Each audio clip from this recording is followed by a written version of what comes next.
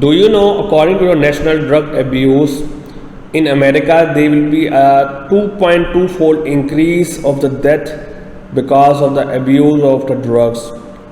So, hello and welcome to this lecture. Today we are going to discuss opioids, and in this lecture we are going to discuss the opioids. What are opioids? What are the benefits of the opioids? So let's discuss what is the source of opium. It is a unique substance that comes from the plant Papaver somniferum and have a long history, perhaps date back to 6,000 years ago, and it is used for relieving the pain significantly. And the main thing when I discuss about the opium, although this is the banned drug, this is not recommended or not available commonly, but under certain circumstances, such as if a person having cancer, and there are different type of cancer like breast cancer, like adenocarcinoma, lung cancer, or liver cancer. So when we talk about the cancer patient feel lot of pain, they are in extreme pain. So under these circumstances, when a patient is having extreme pain due to cancer or any trauma or any severe injury, then the physicians prescribe opium in the form of morphine to relieve the pain.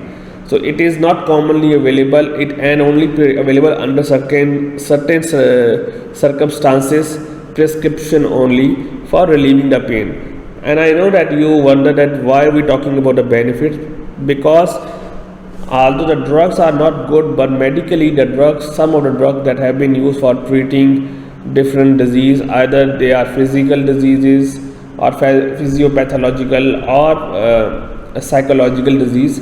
So opium is one of the drug that has been used, even it is a banned drugs. We can get a number of substances from opium, like morphine is one of the example, and then from morphine we can prepare heroin and other opioid drugs. So they have a medical use. It is used for the treating pain, and actually it is used for making some other drugs that are less addictive properties,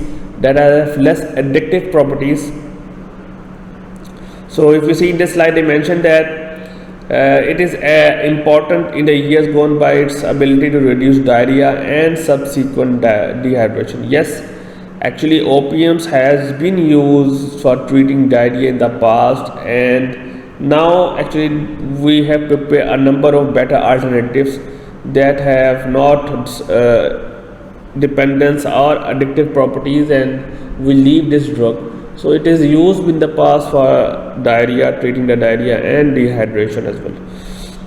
And the other use is actually the recreational use of the opium in different parts of the world. We will discuss this in detail in our next topics. And the user will experience addiction, that for sure, that obviously if a person taking heroin or especially the morphine in normal circumstances without any illness, then we may experience addiction. But let me ask one question from you, that if, for example, a person injured due to car accident or any accident, he is facing severe trauma, his body is bleeding, and then he is feeling severe pain, and patient may die because of the pain that he or she is facing. So whether we need to give them opium or not, I will put this question in the discussion box later on. But that is important thing, that in medical emergencies, whether we prescribe this drug or not. Suppose, okay, I know that most of the answers, you most give this answer as yes, it can be given in case of the medical emergencies. I know your answer that most of them, actually all of them will mention this answer, that we can give opium under the medical emergencies in case of patient dying from the pain. But that next question, which is more important, that if we give opium in these circumstances in the pain, and we give continuous infusion. Obviously it means that we're giving continuous drug. Whether the person will get addicted from that drug after he recover, that's my question, and then I will put this in your discussion board. I know the answer, but I want to ask this question from you so that you give me the answer. So please give me answer that if a person is having severe trauma or injury, and after that trauma or injury he is facing severe pain and bleeding, the physician prescribed opiums in the form of morphine, and after taking morphine maybe more than 1 month, maybe a patient is in severe pain, severe trauma with heavily bleeding. So after, for example, 3 weeks or suppose 1 month, or if you take in case of, for example, patient or cancer patient, then we give them morphine. What will happen after 1 month? Whether the patient will take morphine, will get addicted to morphine, mean after he recover a healthy patient, after he recover from patient to healthy person, whether he still take opium or not. So please give me your answer in your discussion board. Let's discuss the beneficial use of opiums. We discussed a few of them before. The first benefit for is this, I already mentioned before, that it is helpful for relieving the pain, and it is all type of pain can be helpful. Patient are but in this case patient are still aware of the pain but no longer feeling aversiveness or unpleasant feeling. So if you take a look on the right side, the picture that's showing you that it just look like that you have a pain but you don't feel the pain. So the opiums have the such functions that if a person is feeling a pain, he take or she takes it but he don't feel it. So that's the drug is doing. And morphine primarily reduce the emotional response to pain, especially the suffering, and some extent the knowledge of the pain stimulus, and it also reduces the pain without inducing sleep. That is very important, that most of the pain relievers they induce the sleep. Your body gets into sleep and then you heal naturally. But in this case, in the case of the morphine when it is given, a patient having pain, stimulus still there but he don't feel the pain. The second thing is that it will not bring sleep. So that is why then it sometimes it can be misused very deadly and very dangerously. For example, the pain are of different kinds. Sometimes there will be the physical pain, maybe for example if your hand or your body touch something, maybe you bleeding your hand, fingers cut because you're cooking something, so you will feel the pain and then you take simple medicines for relieving the pain. But the physical pain is something else. Like the minor pain can be treatable with many medications that is available in the market under the prescription, and some of them are without prescription. But what about the emotional pain if somebody have? That is very important point, because the pain is physical but the pain is also emotional, or sometimes we can say that psychological pain, because of the psychological trauma that occur in his or her family, because of the emotional disturbance, because of the family issues. Patient may feel pain is emotional pain, and that emotional pain feel like you are in the pain as a soul, your body, not body but I'm talking about the soul. So in terms of that context, why people go for the drugs, especially the heroin and morphine. Morphine is and heroin one of the deadliest drugs in the world. If you see the literature online, I have read a lot of articles. It is one of the dangerous drug in the world. So why people still go for these dangerous drugs? Even they know, sometimes they know that they are bad. Most people maybe they know that they are bad, but the problem will lie that they are feeling so much emotional trauma, that emotional trauma provoke them to take these kind of medicines. And then obviously the function of this drug, I already mentioned that it is using for relieving pain. So it means if a person even still having the emotional trauma, they take this as a pain reliever to feel relaxed for not only body but for his soul. So that is very important. That's one aspect of the morphine or heroin, especially opioids. Physical healing, we know that in case of extreme conditions it is good, but when we talk about emotional traumas, nobody discuss about that perspective. And when we talk about that, nobody discuss that perspective, because we only see what we see.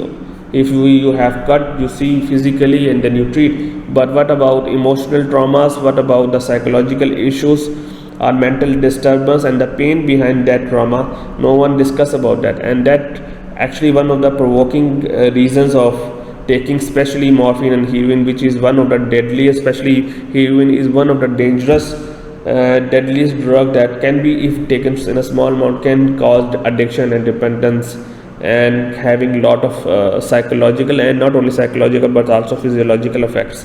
So we need to understand this thing. I will also put this point later on in the discussion board. The other benefit of this disease is intestinal disorder, and I already mentioned that diarrhea and dehydration is one of the examples. That why question I mentioned here, that why intestinal infection happen. Intestinal infection could be happen because of the bacteria, and if for example there are some bacteria, if it enter into a body, can cause dehydration. I'm not going to discuss the name, like E. coli, streptococcus. So if any bacteria enter into the body, how it enter into the body? For example, if you are eating food and that food is contaminated with bacteria or microorganisms in general, then that contaminated food and water affect your intestine, because intestine is very important for your absorption of the nutrients. And if your intestine is not working and you have diarrhea, loose motions, then your body cannot able to absorb the nutrients.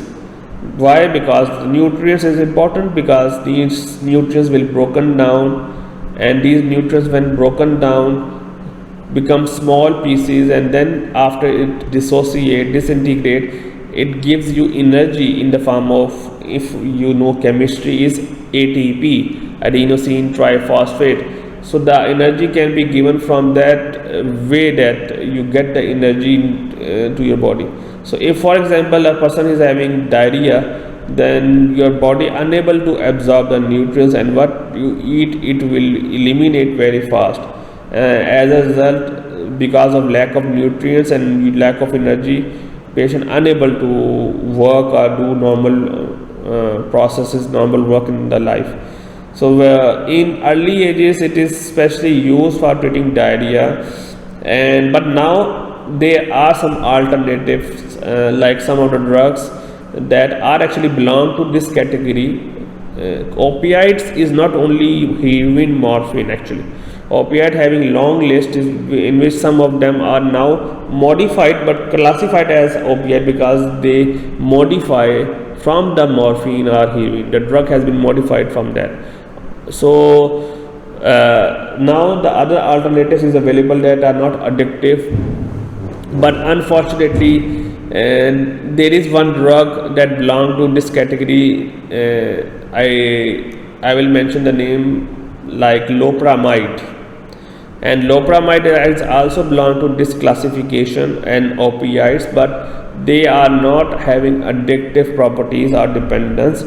But what happening that even still that the drug that under this category and having not addictive properties, but still people misuse them, as this is available commonly in the shops, and they misuse them, and then at high doses, at very high doses, it having some dependence or properties, some properties, and then people misuse them in a high doses. So that's, we can see that that the drugs that have been affect, and the question arises that why human go for that drugs if they still don't know, no pain. I mentioned the physical reason, I mentioned the psychological reasons consist of emotional disturbance, but still if a person having no stimulus, no physical problem, no psychological disturbance, then still why people take the third answer is people are curious, and that curiosity is provoke them to take them. They want to taste and experience that drug. Again, that's one part of life, that in one moment you forgot that if you take this drug, it is not good for your health. But that curiosity is another one of the reasons that people take these drugs. So I never recommend the drugs, although the subject is very sensitive in when I teach last topic as well. But my opinion is that curiosity, mental disturbance, if nobody have physical problem and just somebody take for curiosity, it is not intelligent move, because there are many things that maybe you never do in your life and maybe you are curious. So whether you will do all of things, that's my question. But there are some moral and ethics that is very important part in your life, and in this context you need to have your high self-esteem. You must have the ability to say no. If for example in your company, in your environment, some people are taking the drugs and they are your maybe spouse, for example, they are one of your friends and they offer you to take them, will you take them? So my answer is that you must have the ability to say no, because sometimes you like some of your friends and you are influenced by your peers, because if you say no, maybe they will not happy with you, you may have a fight with them and you want to still live with your friends. But my question is that whether your life is more important or your friends, because my context is that life is more important. And when we talk about life, and you must have high self-esteem to say no in any environment whatsoever when you know them that these are not good for your health. So that's one of the aspects when we talk about the drugs, and we will discuss this in detail in another topic, because last topics we are going to discuss is preventive substance abuse. We will discuss this point again in detail in some more examples. This is two funny pictures. Let's see left one. Can I have my own restroom? I suffer from chronic diarrhea. Yeah, if you are having chronic diarrhea, you may need your own restroom, because person need to go to the toilet or in Malay Tanas and every time. So it's just a sarcastic cartoon to discuss about the diarrhea. On the right side, that's innocent children asking that if 4 out of 5 people suffer from diarrhea, what about that one person? Whether he may enjoy it. So he discussed in context of suffering. So that is important, that he just sarcastically described 2 points. So the last 10 is cough suppressant, and this is very important point. Why? Because these cough suppressants such as codeine is one of the example that actually is one of the is mildest form of opioids, and that having antitussive property. In simple words, they try to prevent the cough, and in lot of medicines, lot of cough syrups, you will find this ingredient in the codeine, and this act as a cough suppressant and it reduce the cough. But unfortunately, because this have been misused with the drug. When we discuss about the misuse, the cough syrup is one of the top abusers in context of medication. So I will show you one of the videos for today's lecture. You can take a look at them and then decide by yourself, because in a lot of communities like in Nigeria, the cough suppressants such as cough syrups have been misused badly, and they have been misused so badly that people get dependent and addicted on them. And the BBC have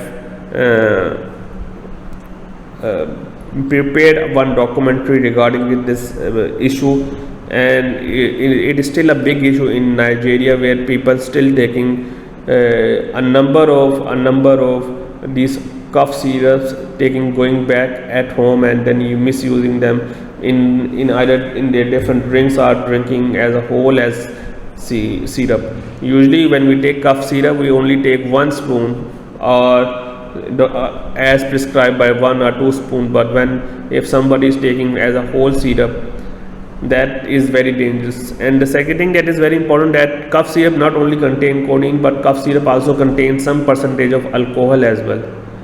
So sometime when alcohol is not available commercially, maybe some countries banned alcohol, because of the misuse of that alcohol or excessive use of that alcohol.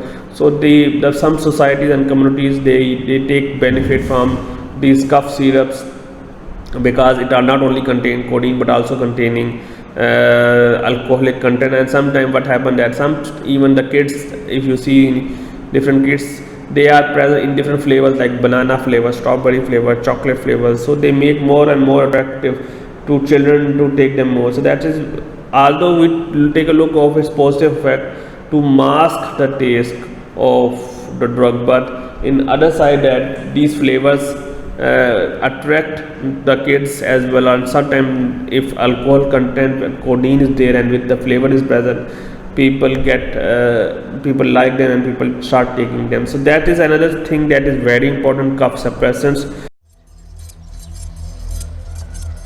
I thought chains were a thing of the past, but not in this rehab center in northern Nigeria. People here are chained to the floor to prevent them from being violent. Some have mental illnesses, but many of them are like this because of a specific drug. A deadly, largely hidden epidemic that is sweeping across Nigeria.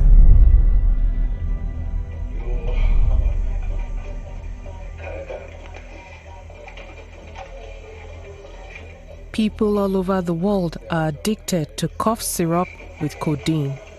It's a medicine that has become a street drug. A sweet, sweet strawberry taste that makes you high and hooks you. Over time, it will kill you. In just 2 states, the government says 3 million bottles are consumed every single day.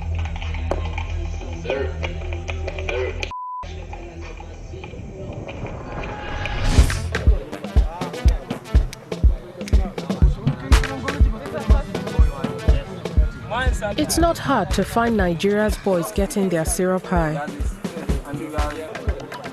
It's not hard to find Nigeria's syrup girls either. Even religious women drink it. Vast quantities are seized and destroyed by the government every year. Tons of it in northern Nigeria last year.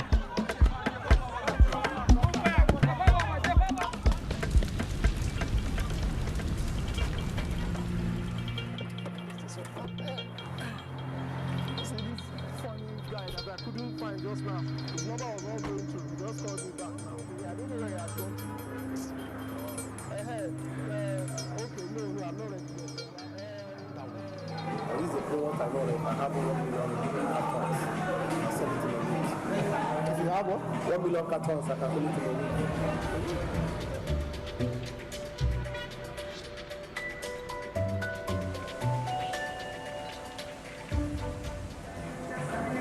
You look like a drug addict. When an addict come on, I come, and there's no money, they wouldn't mind dropping, giving you the key of this motor and carrying, but satisfy the urge. Satisfy that urge. Being so much smart and vigilant is a price that this thing may.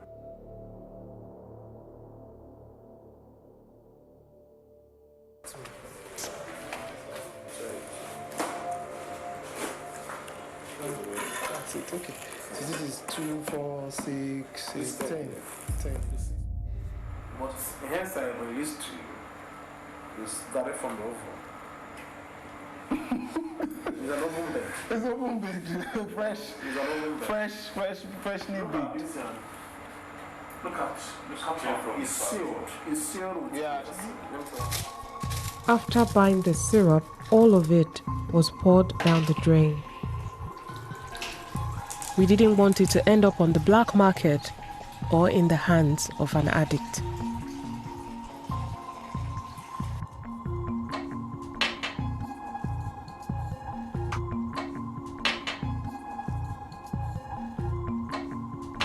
The company says it's a responsible and compliant business, is reviewing distribution policies and treating our findings with the utmost seriousness.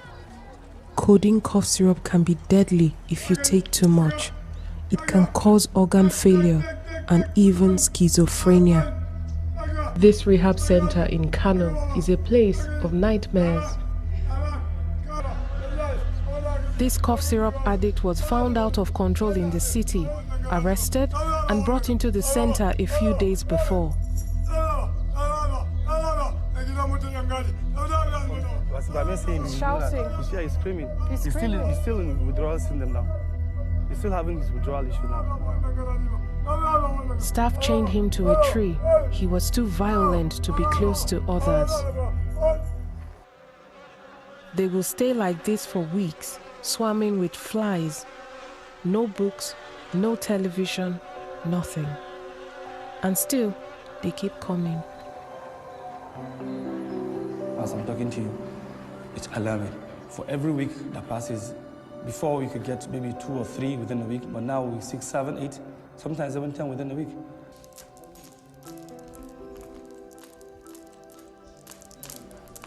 Many of the cough syrup addicts are suffering, shivering and unstable with withdrawal symptoms. In one room, we found a girl of just 16 years. She's been in the center 2 months, feeling weak and still shaking as the syrup leaves her system. Her message to others is simple. Na san gaskiya kan masu fara idan ma suna so su fara saboda ba abu ne mai kyau ba. In suka ce za su yi za su sha wuya. It really breaks my heart to see children like this and see young men like this. Honestly, it's really, really bad. And everybody knows the situation of this codeine now. No, it's not a hidden thing. We can't lie to ourselves, and we can't deceive anybody. The truth should be told. And we are saying it out, that this thing is a serious issue. It is biting everybody. It's going from one home to another. If you think you are safe, you are not safe. As I left this place, I understood why some people say cough syrup is killing a generation.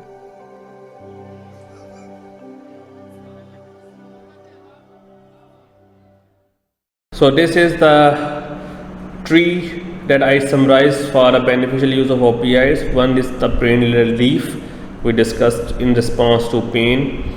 Then cough suppressants like codeine has been used as antitussive properties. Then we have intestinal disorders like dehydration and diarrhea, it has been used. So let me share you one of the interesting article. I always share some interesting articles, and I found one article regarding especially China, and let me share with you. Okay, this paper is about the estimate of national trend of drug use during 2000, and then they are talking about future 2030 in China, a population based mathematical model. And the article has been collaboration with Chinese universities, and it is I saw that published in the Good Impact Factor journal on addictive behavior, and I saw the source is quite good. And article said they uses a mathematical model from the literature, from the data, especially from the data backdate from 2000 and then till the future 2030 about estimating increase of total drug use in China. So they talking about that this would rise significantly till 2020, although this article has been published in, let me see that publication date, in 2019. It is not an old article, it is a recent article published, and they are predicting the future 10 years that there is an increase of the drug use in China. So this, my subject is very important, especially not only to the students that are living or working in Malaysia, but also some of the students that are actually in mainland China. And that's one of the reasons that I am showing it to you as well, that you are studying this subject not only for yourself but for the awareness, for how to help other people, and for the lifelong skills that will help you to understand. Because in our upcoming lectures we will discuss how we prevent them and what are the psychological methods that can help people to improve their lifestyles. So if you see a look of this paper, this is a big evidence that they are talking about an increase of the drugs, especially. Why I showing to you, because they mentioned in the title background, the use of the synthetic drugs has exceeded heroin to become a major public concern in China. So they are specifically targeting the heroin as well. So they are talking that they found that there is an increase of the drug use, and when I see the results, I'm not going to read all paper, but they are talking that the number of drug users will increase from 0.86 million to the figure that he is giving, this 3120059. So there will be an increase of the users, and they're talking about even the period from 2000 to 2030. It means they are also predicting with future as well. Past, obviously they already mentioned that there is an increase, but the next coming 10 years they are also including that, and they are proposing that there will be increase. And they mentioned that synthetic drug will become dominant users in both in China, and both heroin and synthetic drugs will remain substantial. So they are not talking about the overall aspect, but they are also talking about the heroin and synthetic drugs, and they term as polydrug. Polydrugs mean a combination of drugs. The word poly mean many. So they are talking about the heroin abuse and the synthetic drug will rise in China. So that is very alarming. You can read this paper in detail. I read the abstract. They use a mathematical model to publish this report, and it is quite alarming when I read this paper that it is rise in China. And we all know that China have faced this problem in the past, in 1940s, when the opium issue was very common in the history. If you read the history, I'm not going to read the history, but we know that this is a big problem in China in the back 1940s and 1950s, and China have successfully overcome this matter. But right now you can see that it is still now on the rise.